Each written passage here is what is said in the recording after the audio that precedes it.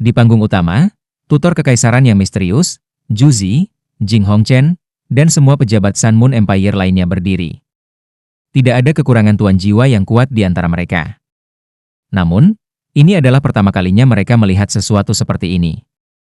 Keterampilan fusion? Tidak, tidak mungkin. Ini tidak terlihat seperti keterampilan fusi. Bagaimana bisa ada begitu banyak perubahan dalam keterampilan fusi? Selanjutnya, Kekaisaran Sun Moon telah melakukan penyelidikan menyeluruh terhadap Huo Yuhao dan Wang Dong'er. Tidak ada catatan transformasi semacam itu yang digunakan oleh mereka. Ketika sosok keunguan emas muncul, cuaca berubah. Badai dan hujan yang mengamuk sepertinya berhenti. Seluruh panggung diterangi oleh cahaya emas keunguan. Apa sebenarnya ini? Naga tulang akhirnya mengangkat kepalanya lagi. Ketika semua orang melihat panggung bersinar dengan cahaya keemasan dan perak sebelumnya, dia telah melihat mata perak bersinar terang ketika jiwa tubuh Huo Yuhao menjalani kebangkitan kedua. Mata vertikal emas Huo Yuhao berubah menjadi mata perak. Lampu emas dan perak telah berubah menjadi guncangan spiritual kuat yang belum pernah terjadi sebelumnya yang melanda dirinya. Perasaan krisis yang kuat memaksa Yan Feng untuk mengumpulkan kekuatan jiwanya di sekitar kepalanya. Meski begitu, dia masih mengalami pusing yang berdenyut setelah dipukul. Bahkan laut rohaninya mulai pecah, dan dia kehilangan kendali atas tubuhnya untuk sementara waktu. Akhirnya, dia jatuh ke atas panggung. Saat dia berjuang dan berhasil untuk tetap berpikir jernih, dia melihat sesuatu yang sangat aneh, atau lebih tepatnya, ajaib. Apakah ini ilusi lain? Yan Feng berjuang untuk berdiri. Ketika dia meraung, dia mencoba untuk menanggung rasa sakit yang hebat yang mengikuti kejutan spiritual. Sayapnya terbuka, dan dia mulai terbang lagi. Sosok keunguan emas juga bergerak pada saat ini. Dia sangat cepat. Dia mencapai kecepatan luar biasa hanya dalam sedetik. Namun, angka itu tidak dibebankan pada Yan Feng, tetapi ke samping. Xiao Xiao membongkar formasi ketelnya pada saat yang sama dan berjungkir balik ke udara. Sosok emas keunguan itu seperti sambaran petir keemasan yang tiba-tiba melintas di udara. Itu menyapu melewati Raja Kerangka. Sebuah telapak emas keunguan ditekan ke arah Raja Tengkorak, yang sama sekali tidak tahu apa yang sedang terjadi. Proyeksi keunguan emas melintas sebelum menghilang. Kepala Skeleton King meledak dengan ledakan pelan. Cahaya putih juga melesat ke kepalanya yang hancur. Sama seperti itu naik, api roh yang berusaha melarikan diri dihancurkan oleh cahaya putih yang memurnikan. Teriakan tragis bergema di seluruh panggung. Raja Tengkorak runtuh ke tanah. Tulang hitamnya tidak tahan lagi, dan benar-benar hancur. Yan Feng akhirnya panik. Pada saat dia melihat sosok emas keunguan lagi, Raja Kerangka sudah mati. Meskipun Raja Kerangka telah ditahan oleh Trelife Soul Crus Chauldron sebelumnya, kehancuran yang tiba-tiba ini terlalu menakutkan. Bahkan api arwahnya tidak luput, dan dia terbunuh dengan mudah. Mata sosok emas keunguan itu masih tertutup, dan dia tetap di udara. Sayap naganya terbuka, dan cahaya emas keunguan, serta lingkaran cahaya di bawah kakinya, masih berkedip dengan lembut. Suara angin berhenti, sementara hujan berubah.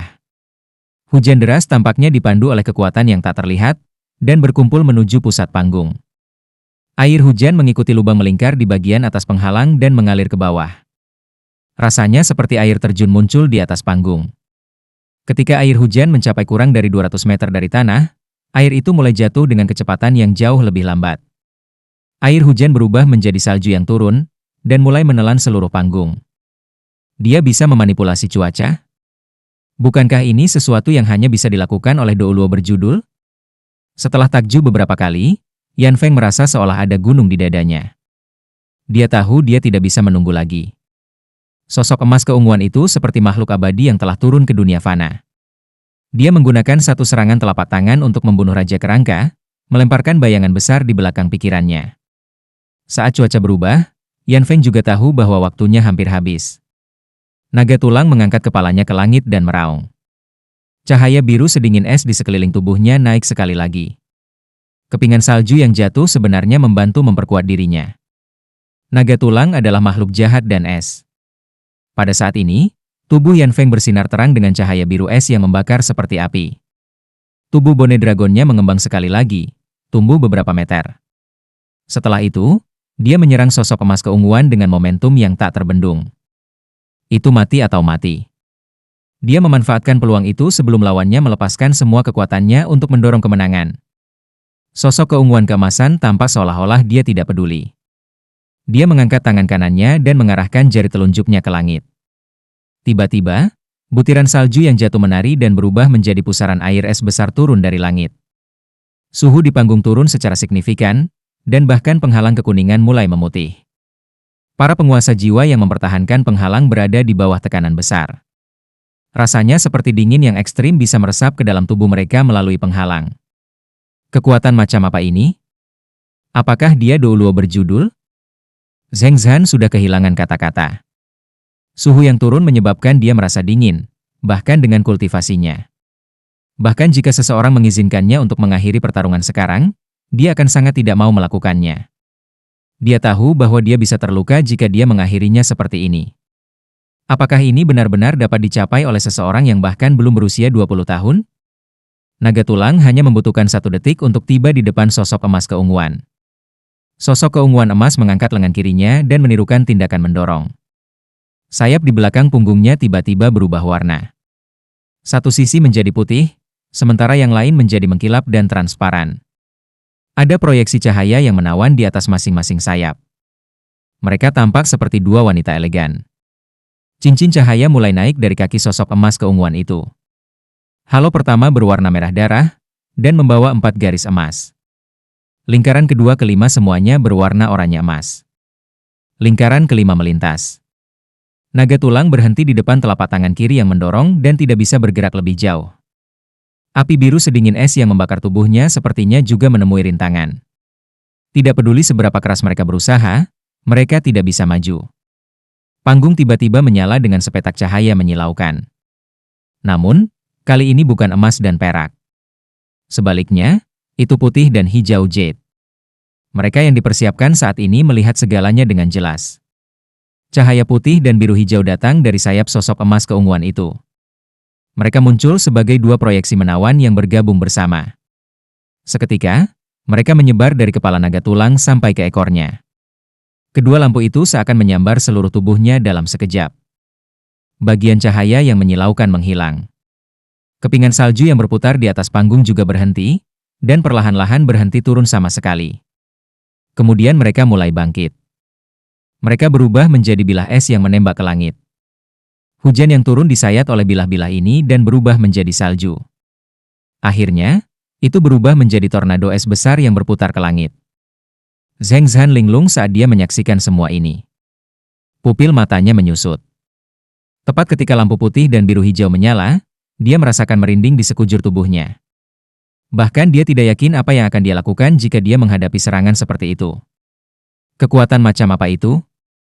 8 cincin. Serangan itu setidaknya harus berada pada level Douluo jiwa berdering 8. Tidak heran dia takut, meskipun dia adalah insinyur jiwa kelas 9. Lagi pula, dia tidak memiliki kekuatan bertarung dari Douluo Titlet sejati. Bagaimana ini mungkin? Huo Yuhao dan Wang Dong'er masing-masing memiliki 5 dan 6 dering. Kekuatan gabungan mereka sebenarnya mampu mencapai tingkat 8 cincin? Naga tulang membuka mulutnya dan terus melayang di depan telapak tangan kiri emas keunguan. Suaranya menjadi lebih dan lebih kasar. Bisakah kamu memberitahuku nama skill jiwa ini? Suara dingin dan dingin Huo Yuhao terdengar. Ini disebut Pride of the Ice and Snow Empresses. Terima kasih. Suara Yan Feng tiba-tiba terdengar lebih serak.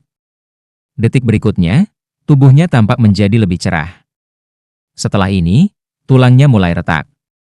Setelah serangkaian celah menusuk, tulang-tulangnya hancur. Ketika tulang-tulangnya yang remuk jatuh ke tanah, mereka berubah menjadi bubuk. Bola cahaya biru es bersinar untuk sementara waktu di sekitar kepala Bone Dragon sebelum menghilang. Pride of the Ice dan Snow Empress tidak hanya menghancurkan tubuhnya, itu menghancurkan jiwanya juga. Yan Feng benar-benar dilenyapkan. Sekte Tang versus Sekte Roh Kudus. Dari 4 murid dari Sekte Roh Kudus yang telah bersaing, keempatnya terbunuh. Mereka dimusnahkan. Di panggung utama, tutor kekaisaran yang misterius tiba-tiba mengepalkan tinjunya dengan sangat erat. Aura yang sangat tidak stabil dan berbahaya dikeluarkan dari tubuhnya. Dia seperti gunung berapi yang bisa meletus kapan saja. Jing Hongchen mengambil langkah ke depan dan memblokir Su Tianran, melindungi dia dan Juzi.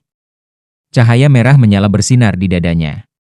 Meskipun Jing Hongchen belum pernah melawan tutor kekaisaran ini sebelumnya, dia tahu betapa menakutkannya dia. Begitu dia meletus, seluruh panggung utama akan berubah menjadi neraka. Jing Hongchen bukan satu-satunya yang merasakan aura berbahaya. Ada 7 atau 8 orang yang dengan cepat bergegas di depan Su Tianran dan melindunginya juga. Ada juga orang lain di samping guru tutor. Itu adalah seorang wanita yang mengenakan jubah hitam. Pendiri, harap tenang. Imperial tutor perlahan-lahan menarik kembali auranya yang berbahaya, dan suaranya yang dingin dan menyeramkan bergema dari balik kerudungnya. Sekte Tang berdarah. Beraninya mereka membunuh murid-muridku? Aku akan membiarkan mereka merasakan bagaimana rasanya jika jiwa mereka dibakar dan dikuliti sampai ke tulang. Bagaimana mungkin hatinya tidak sakit? Murid-murid ini yang mewakili Gereja Roh Kudus bahkan belum berumur 20 tahun, tetapi mereka semua adalah elit. Yan Feng bahkan adalah murid pewarisnya. Dia punya harapan besar untuk Yan Feng, tapi sekarang dia mati begitu saja di bawah tangan Huo Yuhao dan Wang Dong'er. Tidak peduli seberapa dingin dia masih patah hati sekarang. Dia hampir kehilangan ketenangannya. Imperial Tutor, harap tenang. Aku berjanji kepada kamu bahwa aku akan menyerahkannya kepada kamu dan kamu dapat melakukan apapun yang kamu inginkan dengan mereka. Su Tianran pulih setelah syok sesaat. Dia berjanji pada tutor kekaisaran dari belakang dengan aman di belakang rakyatnya. Yang mulia, kamu tidak perlu repot-repot. Aku akan menangani sendiri kentang goreng kecil ini. Aku akan mengirim orang untuk menangkap mereka. Setelah selesai berbicara, dia berbalik dan berjalan pergi. Saat dia berjalan dari panggung, dia kabur dan berubah menjadi seberkas cahaya hitam sebelum menghilang. Wanita berpakaian hitam berkata kepada Su Tianran, "Yang mulia, tolong mengerti bagaimana perasaan Imperial Tutor. Jika dia tidak sopan, aku ingin meminta maaf atas namanya." "Jangan khawatir," Su Tianran tersenyum menjawab, seolah-olah dia tidak terganggu sama sekali. Wanita berpakaian hitam mengangguk pada Su Tianran. Setelah itu, dia juga melompat dan berubah menjadi seberkas cahaya hitam, mengejar tutor kekaisaran. Jing Hongchen tampak agak suram ketika dia berkata, "Yang mulia, Gereja Roh Kudus terlalu sombong. Beraninya mereka bertindak seperti ini di depanmu." Su Tianran mempertahankan ketenangannya dan berkata, "Halmaster Hongchen, perhatikan kata-katamu." Jing Hongchen sedikit terkejut, dan dia mendengus marah. Namun, dia tidak melanjutkan. Dia mengerti sedikit tentang Gereja Roh Kudus. Dia tahu bahwa ada seseorang yang begitu kuat di dalam gereja sehingga bahkan Hall Virtueus Virtue tidak dapat menyinggung mereka. Sosok keunguan emas akhirnya mendarat pada titik ini. Sayapnya yang putih es dan biru kehijauan mendapatkan kembali warna keunguannya. Mereka perlahan-lahan menutup di belakangnya. Cahaya emas keunguan yang kuat tiba-tiba terpisah dari tubuhnya, dan 2 sosok emas muncul di depan dan di belakangnya. Cahaya menyebar dan berubah menjadi cahaya yang kuat yang menelan ketiga sosok. Saat cahaya terdistorsi, Huo Yuhao dan Wang Dong'er muncul kembali di panggung. Sosok Wang Dong'er melintas, dan dia bergerak untuk meraih Huo Yuhao. Dia mencegahnya jatuh, karena dia tidak bisa berdiri tegak dengan kakinya. Huo Yuhao sedikit pucat, tapi dia bersemangat. Ada tatapan mantap di matanya, dan dia tampak ulet. Dia mengepalkan kedua tangannya dengan erat. Dia tidak bisa menyembunyikan kegembiraannya. "Dong'er, kita menang." Huo Yuhao berkata dengan emosi yang nyata.